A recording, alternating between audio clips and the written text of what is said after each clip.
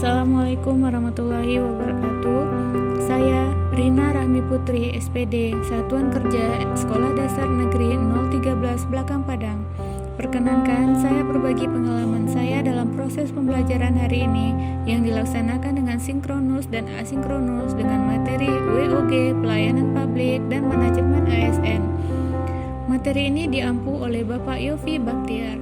Pada pembelajaran sinkronus, tutor menyampaikan materi mengenai apa itu WOG, Pelayanan Publik, dan Manajemen ASN. Selanjutnya, pembelajaran secara asinkronus, peserta diberikan tugas individual dan kelompok. Tugas individual membuat isu manajemen instansi, dan tugas kelompok membuat video role play dan best practice yang sering terjadi di lembaga pemerintahan. Hasil pembelajaran secara individual mengenai isu manajemen instansi adalah 1. Terlambat datang ke tempat kerja. Tindakan oknum guru yang seperti ini akan berdampak buruk bagi peserta didik juga kepada instansi. Hal ini dikarenakan tidak terciptanya suasana disiplin di lingkungan kerja. Kemudian, lingkungan sekolah akan mendapatkan citra buruk dari masyarakat.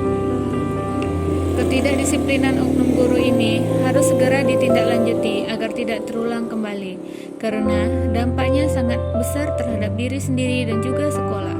Beberapa upaya yang dapat dilakukan adalah dengan menegur oknum guru yang bersangkutan agar lebih disiplin, menerapkan dengan ketat jam datang dan jam pulang pegawai, meningkatkan pengawasan dari pimpinan dalam hal ini kepala sekolah, dan meningkatkan sistem absensi elektronik seperti fingerprint.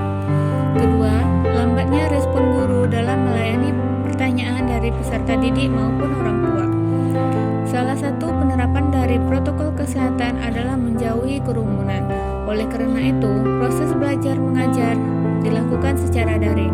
Setiap informasi disampaikan melalui internet. Namun, kelemahan dari penerapan sistem ini adalah kurang efektifnya penyampaian informasi maupun mendapatkan informasi. Sering terjadi ketika siswa sedang mengerjakan tugas, banyak muncul pertanyaan tentang tugas. Beberapa oknum guru lambat dalam merespon pertanyaan peserta tersebut. Lambatnya tanggapan ini akan menghambat proses belajar mengajar. Apabila terjadi kesalahan dalam pengerjaan soal, peserta didik akan mendapatkan nilai yang rendah. Rendahnya nilai peserta didik akan berakibat rendahnya reputasi guru dan sekolah. Dalam lingkungan masyarakat, sekolah akan dicap sebagai sekolah yang tidak kompeten. Dalam lingkungan nasional, sekolah akan mendapatkan nilai akreditasi yang rendah. Kejadian ini tidak sesuai dengan kode etik ASN, yaitu melaksanakan tugas dengan jujur, bertanggung jawab, dan berintegrasi tinggi.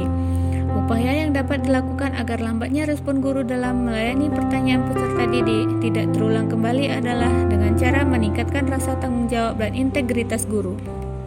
Yang ketiga, kurangnya fasilitas penyimpanan buku pelajaran. Buku merupakan salah satu sumber ilmu yang diperlukan dalam dunia pendidikan.